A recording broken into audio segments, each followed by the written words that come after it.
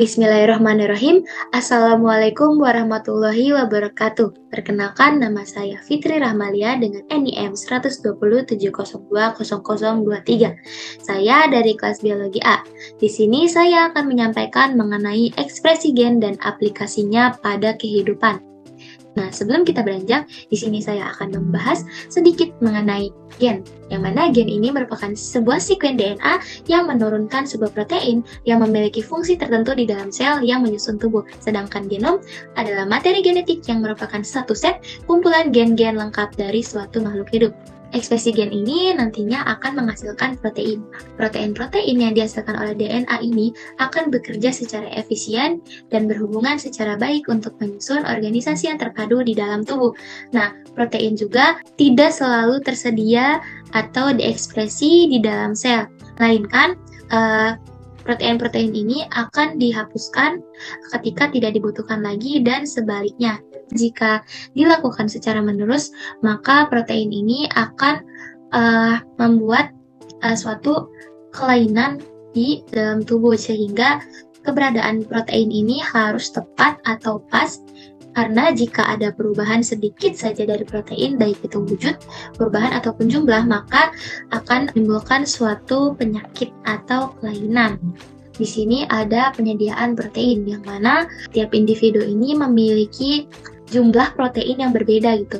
Jadi di protein ini tuh perbedaannya dapat dilihat secara fenotip atau nampak. Nah, diantaranya tuh berdasarkan fisik seperti kecerdasan atau terlalu sedih, atau juga dari kemampuan atau bakat seperti bakat melukis, dan kemudian ada penyakit bawaan. Nah, penyakit bawaan yang terdapat di gambar ini adalah penyakit progeria, yang mana terjadi akibat adanya protein abnormal. Kenapa sih protein abnormal ini tuh muncul gitu? Nah, protein abnormal ini muncul akibat adanya mutasi gen LNMA yang menyebabkan terbentuknya progerin, yang mana progerin ini protein abnormal gitu.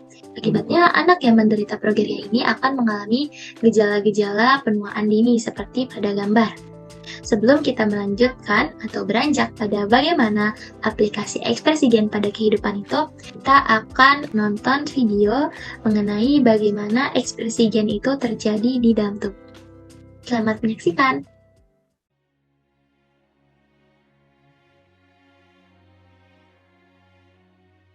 Sel merupakan unit dasar penyusun makhluk hidup. Di dalam sel terdapat nukleus yang mengandung genom. Pada manusia, genom dibagi menjadi 23 kromosom. Setiap kromosom mengandung untaian panjang DNA yang disebut gen. Gen tersebut terikat oleh protein histon dan tersusun dalam satu deret secara linear dan beraturan di dalam lokus pada kromosom. Gen tersebut berisi instruksi untuk membuat protein.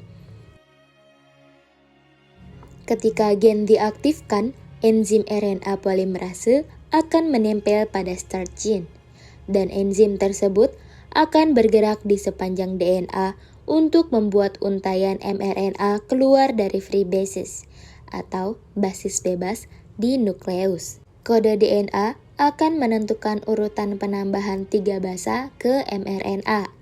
Proses pengikatan tersebut akan menyusun nukleotida mRNA menjadi rantai yang disebut mRNA. Proses ini disebut transkripsi.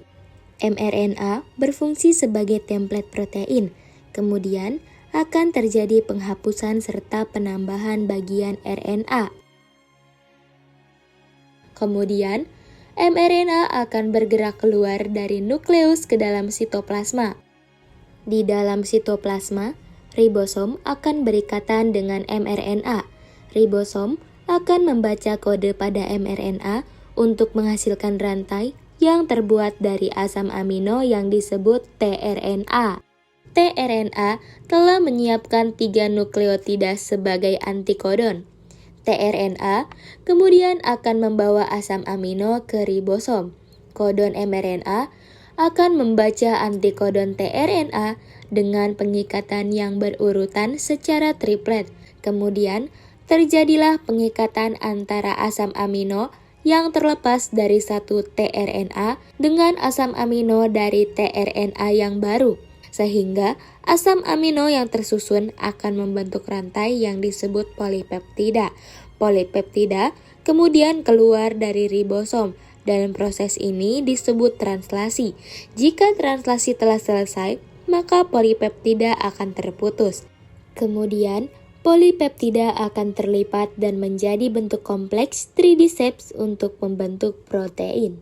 Baik, setelah menyaksikan bagaimana ekspresi gen itu terjadi, di sini kita akan lanjut kepada bagaimana cara pengaplikasian ekspresi gen, yakni dengan cara analisis ekspresi gen. Nah, analisis ekspresi gen ini dapat dilakukan dengan analisa mikroarray dan pengolahan citra dalam medical imaging. Nah, analisis ekspresi gen ini dilakukan dengan mengidentifikasi suatu gen yang aktif dalam tubuh manusia ketika diberikan perlakuan tertentu. Jadi nanti terdapat gambaran suatu gen gitu. Bahkan dengan analisis ini pola penyediaan protein yang di dalam tubuh itu akan dapat dianalisis. Nah, jadi nanti output dari analisis ini atau hasil dari analisis ini akan dapat suatu data yang memprediksi atau menganalisis mendiagnosa suatu penyakit yang kemungkinan diderita seseorang. Nah, selain untuk mendeteksi adanya analisis ini, bisa juga untuk membuat kita mengetahui bagaimana cara menanggulangi dan mencegah, sehingga analisis ini sangatlah bermanfaat bagi ahli medis dalam bidang kesehatan dan bahkan dalam lingkup biologi. Di sini saya akan menjelaskan analisis ekspresi gen dengan analisa mikroarray. Pada analisa mikroarray ini, mRNA nantinya akan diisolasi terlebih dahulu dari sampel dan kemudian dikembalikan dalam bentuk DNA dengan metode reverse transcription. Nah, kemudian ada proses hibridisasi. Nah, dalam proses hibridisasi ini hanya DNA komplementer saja yang akan berikatan dengan DNA di atas chip. Nah, kemudian ada pelabelan DNA, yang mana nanti DNA akan diberi label, dan ketika setelah diberi label dengan warna yang berbeda, akan menunjukkan beberapa pattern yang unik gitu. Dilakukan pengolahan citra atau image processing. Nah, dengan memanfaatkan teknologi ini, pattern yang sebelumnya akan ditransfer dalam ekspresi numerik untuk diolah dengan berbagai metode pattern recognition. Di sini yang kedua ada pengolahan citra ya. Nah, pengolahan citra ini diawali dengan pembentukan citra, yang mana citra ini akan menentukan data dan metode yang akan diperlukan nanti. Kemudian ada pengolahan citra tingkat awal, yang mana pada pengolahan ini akan meningkatkan kontras, gangguan, dan menentukan bagian-bagian citra yang akan diobservasi sehingga terlihat jelas gitu ya yang akan kita amatinya. Nah, kemudian ada segmentasi citra. Nah, setelah ditentukan bagian yang akan diobservasi, dilakukan segmentasi citra, yang mana segmentasi ini akan menentukan garis batas wilayah objek. Nah, kemudian ada seleksi dan ekstraksi ciri, yang mana akan ada pengukuran besaran kuantitatif dari setiap pixel gitu. Nah, kemudian ada pengenalan pola, yang mana pengenalan pola ini akan terjadi pemberian label gitu pada kategori objek di setiap pixel citra berdasarkan informasi yang diberikan oleh deskriptor. Nah, kemudian ada interpretasi citra. Dari arti ini, kita akhirnya mengenali bahwa atau mendeteksi bahwa suatu seseorang itu ternyata menderita penyakit demikian gitu.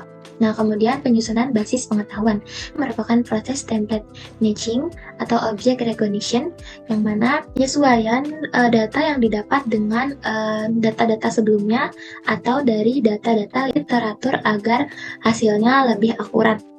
Berikut adalah contoh dari citra medis atau medical imaging.